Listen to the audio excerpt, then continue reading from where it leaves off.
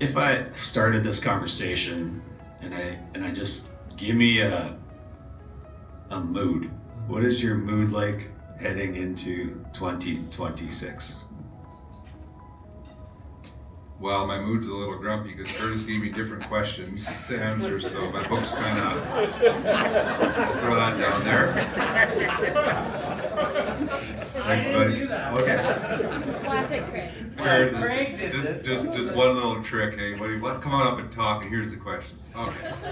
Mood, honestly, for sure, it's just been quiet. I think everybody's just kind of like breathing through the emotions now. Pretty decent crop overall, but just every week we seem to have a big something thrown at us, whether it's research stations being shut down one week, political issues somewhere in the world. But overall, I think the mood's still pretty positive, just maybe a little bit more melancholy, if that's the way to say it. Guys are still buying seed now. They're still making decisions a little bit slower than normal. Let's just say that. They're just not as active in the fall. Everyone kind of did the work in the fall, kind of hoped things would get better, realized that it hasn't yet, but there's still hope for the future, I think, hope for this year, because I think we're in a pretty good spot still.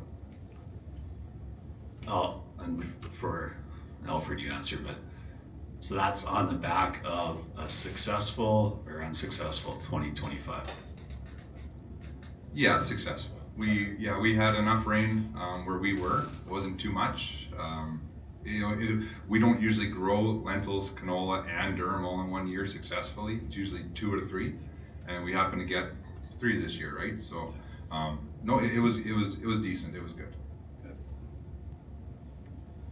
Hey, and if you're only a little grumpy, well, I should be a lot grumpy. We come off a extremely dry year, the driest we've ever had. Less than 3 inches of rain, dry last year before we started. And so lots of people in our area pretty depressed, disappointed, and not too much fall work got done. Not much fertilizer, guys are still kind of poking for it, hoping for it to go down. And the politics in the world is just hurting us bad, yeah. So yeah, obviously agriculture's dynamic, it's challenging. If you just got up every day and did what you intended to do, and then you put this layer on top, which is geopolitical issues that change on seems like an hourly basis now. But does it change the way you think about what you want to grow or how you grow it if you feel like you've maybe lost a little control of the end sale of your goods?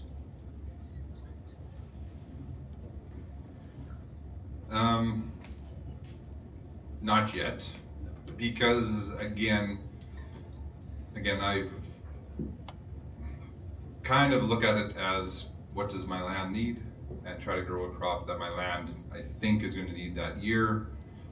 We have bins for a reason, I guess, that we will market over multiple months if we can. So I don't know. No, I'm not too depressed about what's going to happen in the future. It's just kind of have to roll with it right now. It's not just who grows a crop in a year anymore. It's who decides to pick a fight with somebody somewhere else in the world right now. So it's not really something I can control. So no, I wouldn't say that I'm overall kind of depressed about what I have to market. I just have to start with a crop. Let's start there, I guess. Yeah, and it's even if things didn't go well, I myself still look forward to next year.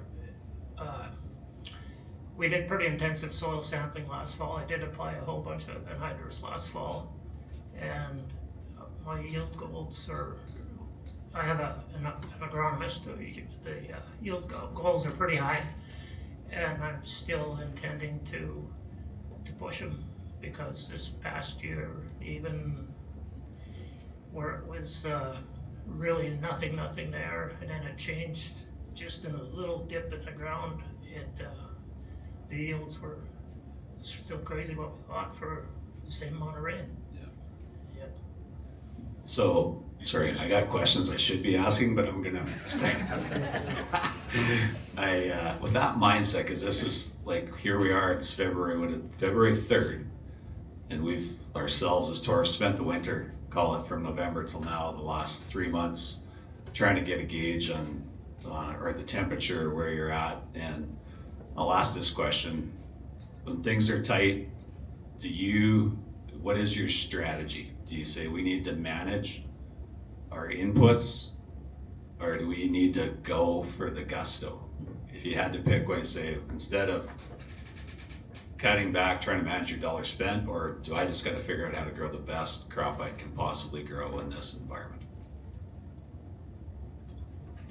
Yeah, I'm of the belief that when price is down, you need more yield to get it still back. So again, still managing, I guess, the inputs that aren't going to directly affect my yield, whether though it's another spot on the farm, more like a machinery expense, maybe if I can get through with just a maintenance versus purchase.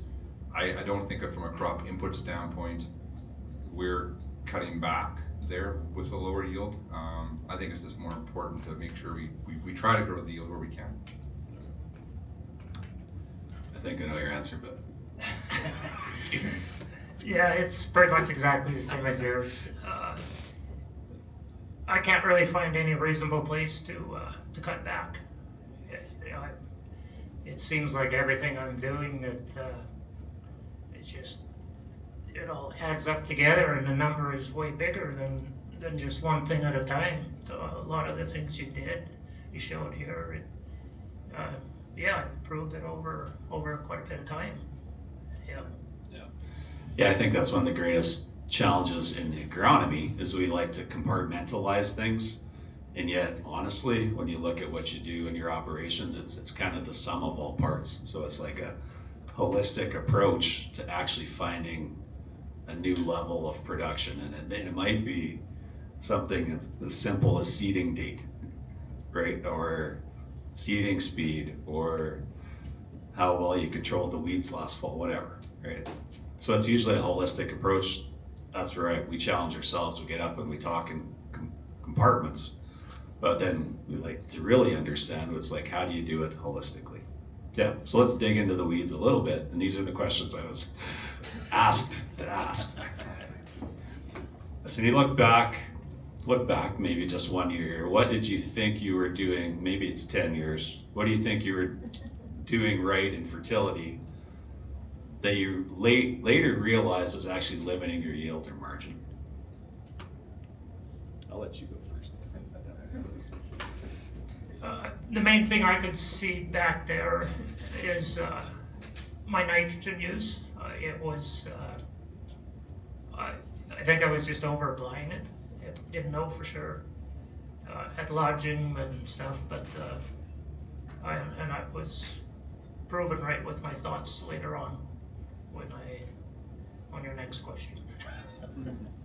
So and this is something we see, there's no doubt about it. I mean, the visual nutrient we have in our pocket is nitrogen, and you could honestly say across the world, you could say we've had a love affair with nitrogen to a point where, how much can we put on? And maybe there is a breaking point or a tipping point if you don't actually find balance. Is that what you're saying, Alfred?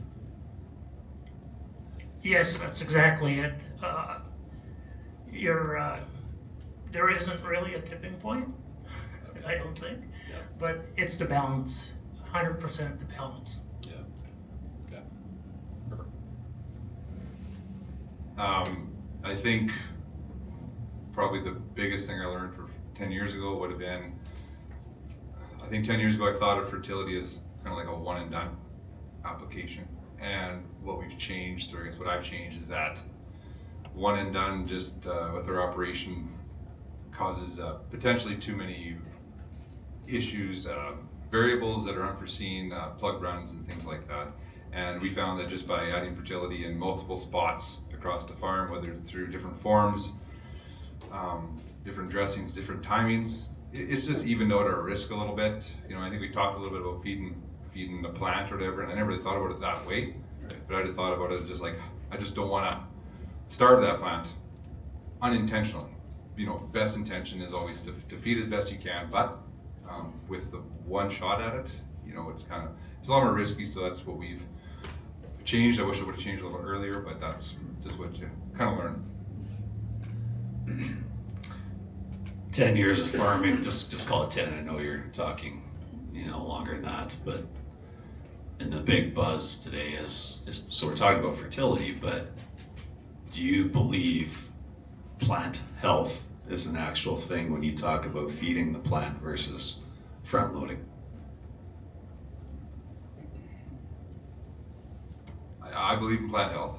Okay. I believe in soil health. I think that's a very important thing, and definitely a big target or end goal that I think we're working towards. Fertility is part of it, for sure. I think a lot of the practices that we are trying to employ as well are a big part of it as well. So, Like beyond fertility. yeah, beyond fertility, you've mentioned, just tillage, cropping systems, not, trying to mix high carbon plants and low carbon plants onto the same soils, so we can get, so we don't have, we have different options to control the weeds that are going to effectively, kind of limit or reduce our plans that we're trying to, make right now. If we don't have a good control option there too, it kind of sets us back. So. Yeah, and same here, plant health. Before, about 25 years ago, I guess already, it's been a while, I didn't think of it as plant health, but we raised cattle, we raised good cattle, and we finished them to the end. Packing plants, just loved the quality of the cattle, and our nutrition health was way up there, and it just, for some reason, I didn't clue in. Well, plant health's exactly the same, right? You're the same. Everything. The soil health is the same. It's the whole big picture that's all very, very important.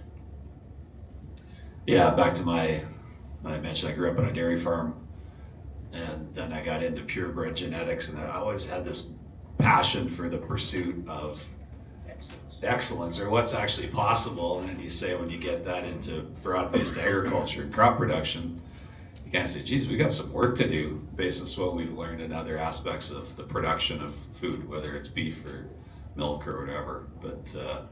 But it's also way more complex. You got less control.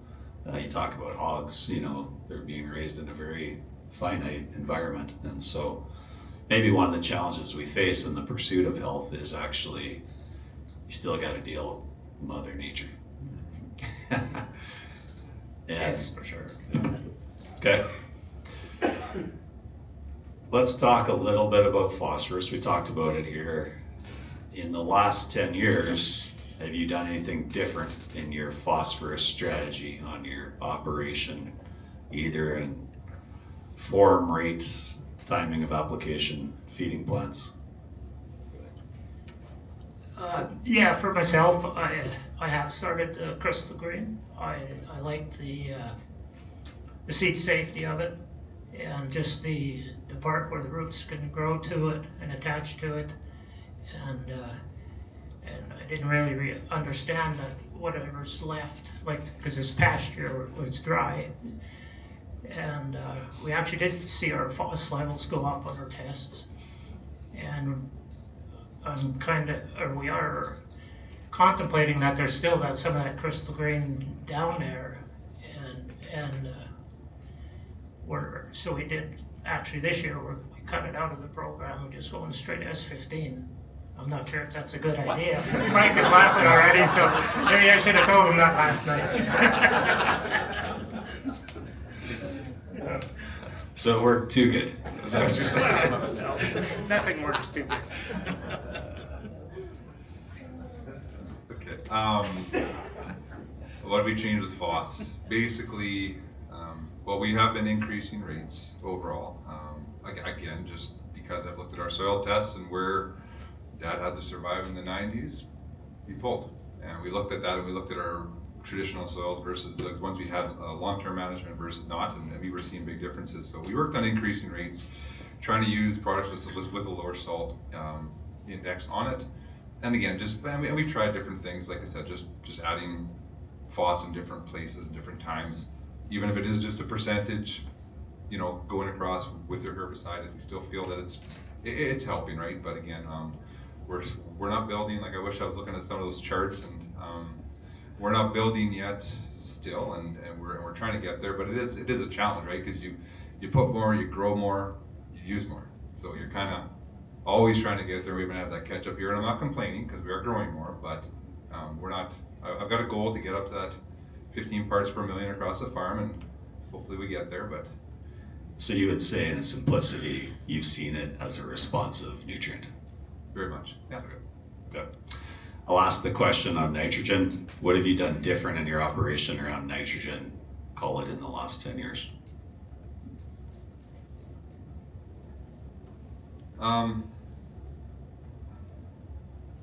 Honestly, with nitrogen, we probably changed form. We used to use a lot more UAN, and it's more to do with just equipment and efficiencies that we shift to urea, I guess.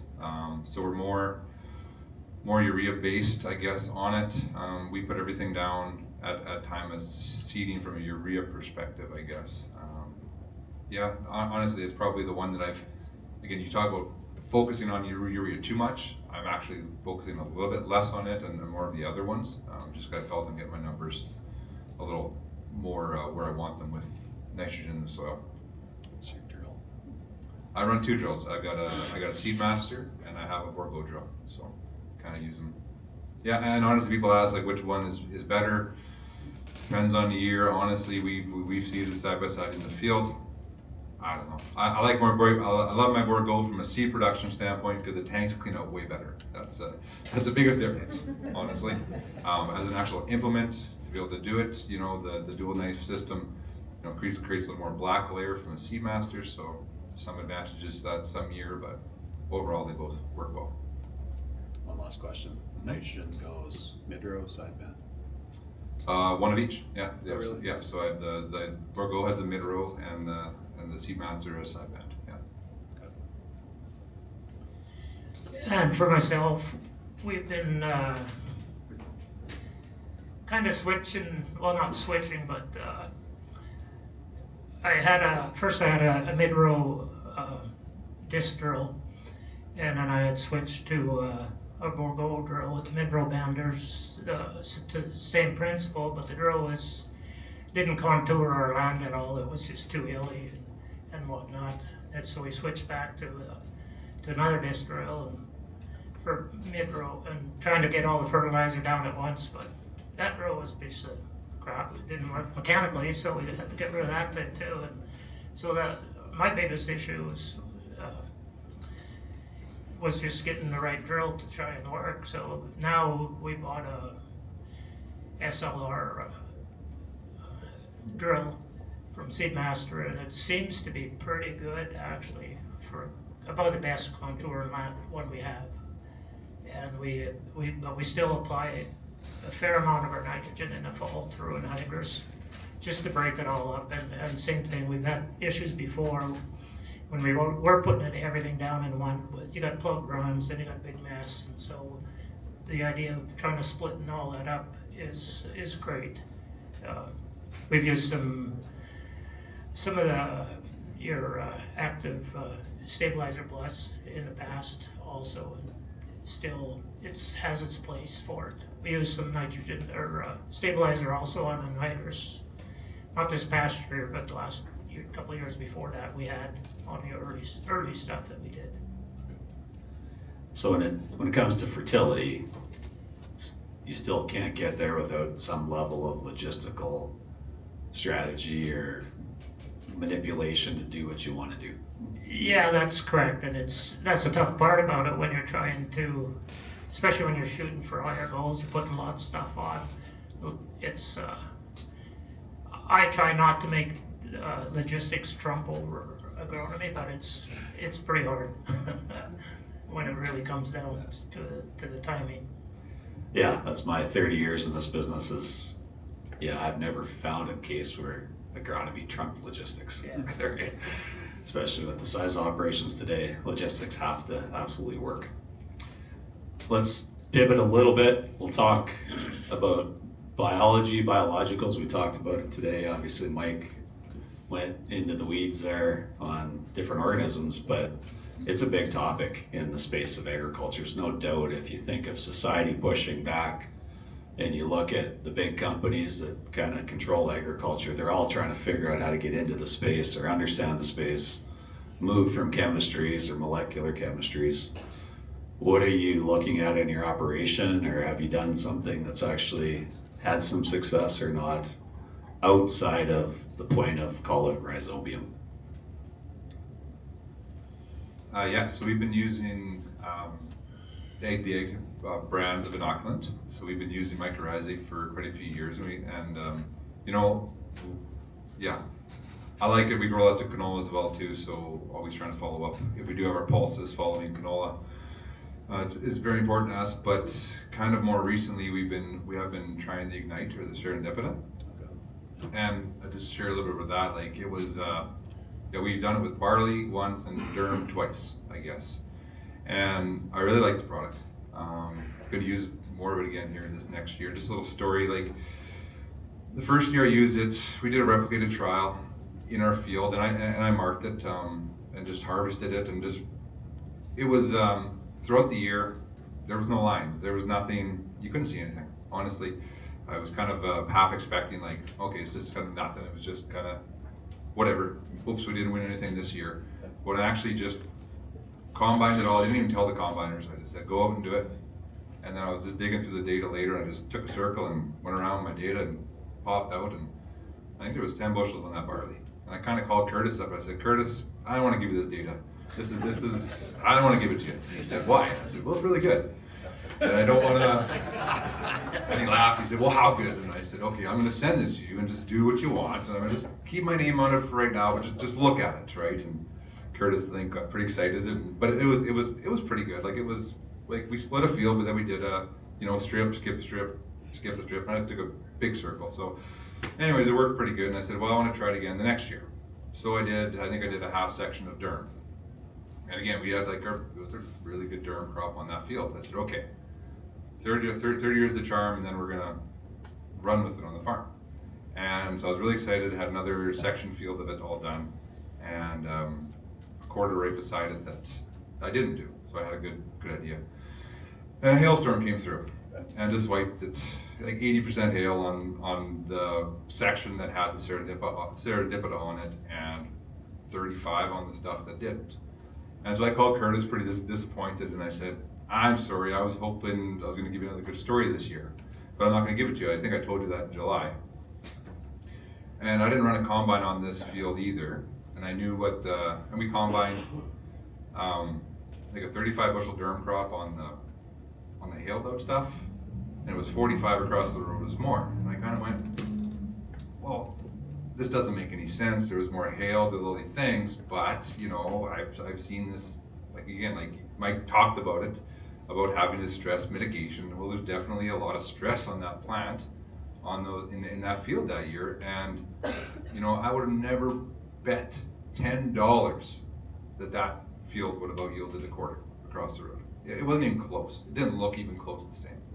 So I'm pretty big believer in that product right now, and we're gonna do more of it. We're gonna try some pulses this year, and we're gonna do some different things.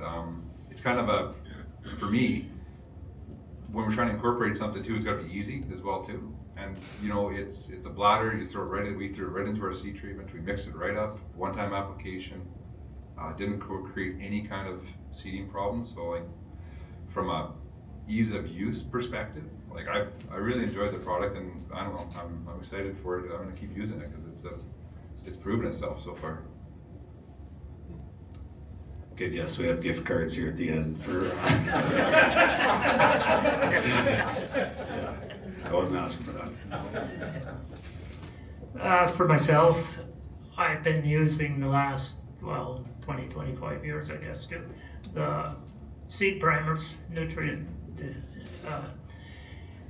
that way. I use the foliars at herbicide timing and at fungicide timing, and it all definitely helps. You can see the health of the crop right off the start, and then I have used Ignite also, and still will. I've used it mostly on canola though, and it's easy to put on there too. They blend it on like nothing. And very happy with the results of that also. Yeah.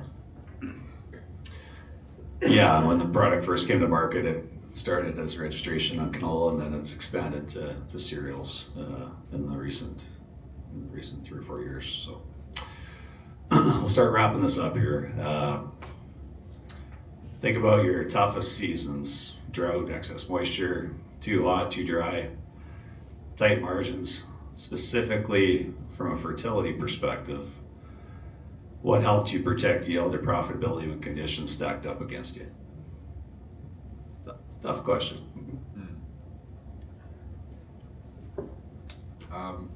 When I read that question, the year that came to mind was 2020.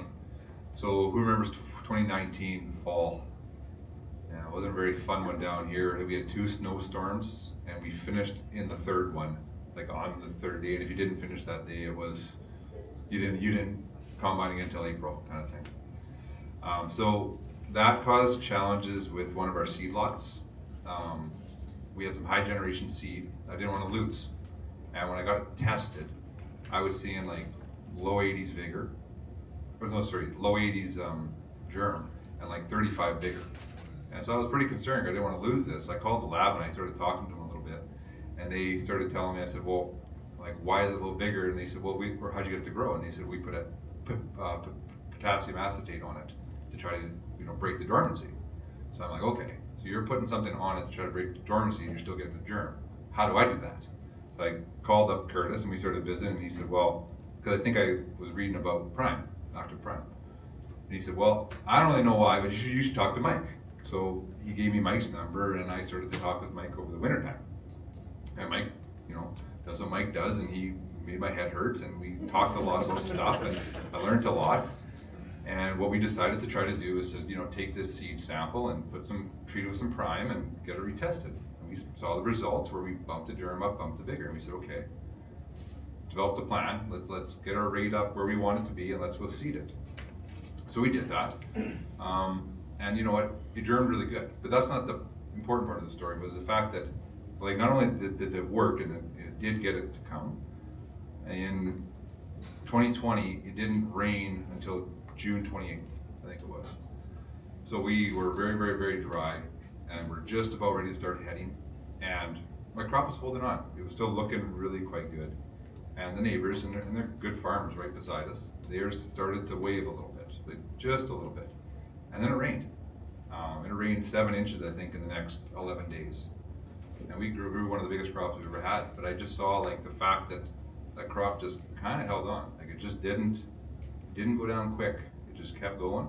And I guess ever since then, we kind of like, I like that. I like the fact that I can add one more thing to my seed and help, just maybe even it out a little bit. So that was probably one of the hardest, I think, springs from a germination standpoint that we saw with our seeds. And I was really happy with the results. Okay, perfect. Yeah, and so yeah, we going into this spring we had enough moisture to get the crop established. It was going fairly decent on especially the earlier fields. Some of them looked really, really good. And then all of a sudden we had that dry weather, and the crops just went backwards or sat still.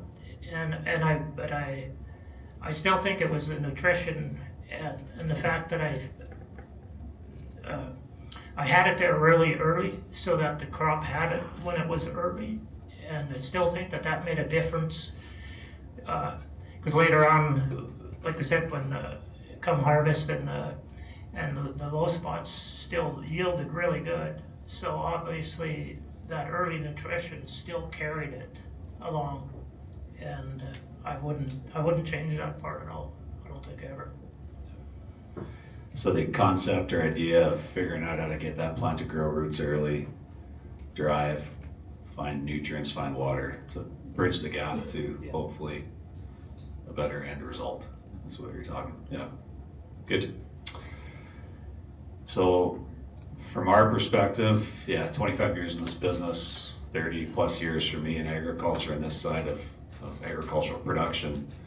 I'd say one of the greatest opportunities we have is learning from those that have done it before. And it's like I'm sitting here and saying, oh, I'm just impressed with the risk that growers take on today to try to find a result of success. It's like crazy. It's actually crazy the risk that you have to take to get there. If you were, say, and it's probably something we should do more as an industry, is have these peer groups from people that have been there and done that and help educate and get the younger growers that are getting into the business. Don't do the same mistake twice. If you could look back in your, call it, farming career, you know, what would be something that you would tell yourself from back then till now? Do not do this because we don't want to have to learn that mistake again.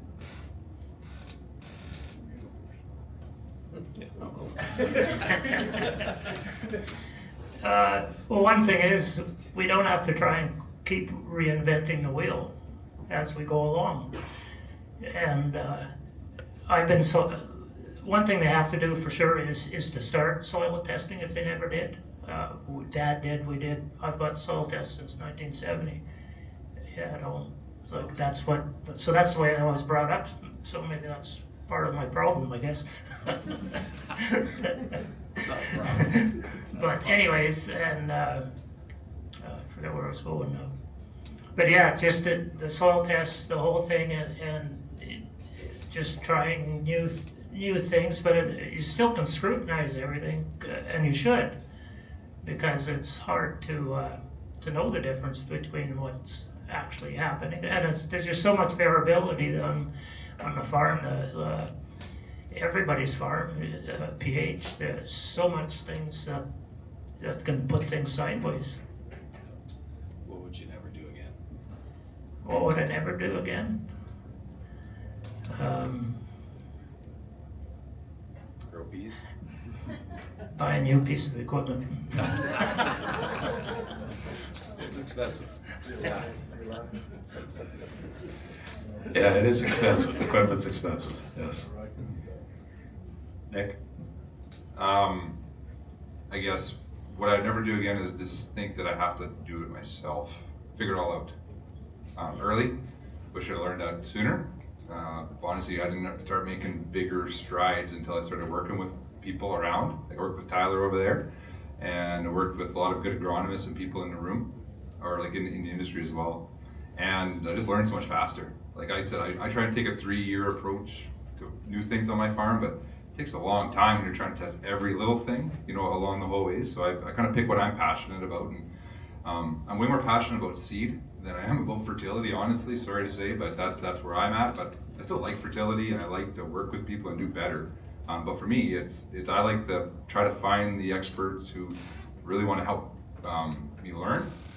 Try to help me learn, or another like-minded farmer from somewhere else who wants to. I want to be like them, so I tap them and say, "What are you doing? Why are you doing that and that?"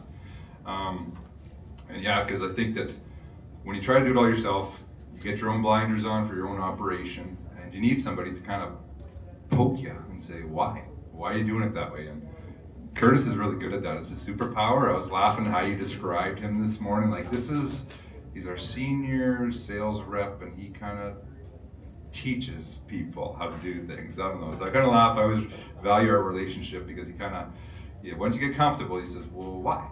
Why?" You know, and I think if you worked with him, you kind of get that from him. But Yeah, so like you said, the certified agronomist was the absolute best thing I started with. That really made a big difference, and it's, I didn't go to university or nothing. It's just way too much for one person to learn and to keep on going, and they have all the contacts throughout Western Canada and the top-notch people, and that's what made a huge difference and makes it so much easier for her. And she lots of times she questioned my yield goals, but this past year was but the year before was the first year that she told me that we might be able to push them a little harder. So that was, I take it pretty impressive. Got you excited. Yep. Yeah. Well, that's great. I think that brings it full circle. Obviously, when you look at what we wanted to cover off today and to finish up with, take the blinders off, surround yourself with good people, challenge the status quo, I think is what we need to do as an industry. I think for us, even for ourselves as tourists, to be here today and actually surround ourselves with people that are smarter than ourselves and challenge what they're doing in their own operations and their own businesses is actually how we actually learn and move this business forward. And it's not, I always say it's not, don't be scared of failure, because sometimes those are your greatest learning opportunities to actually move your business, your operation forward. And so yeah, we appreciate the feedback, and obviously what we do means nothing if we can't have an impact on your operations. And so we absolutely value the input from yourselves, your growers, that take on all the risk in this industry. And it's a great way for all of us to learn. So we appreciate you being up here this afternoon, and we appreciate your input to the crowd. So thanks for being here.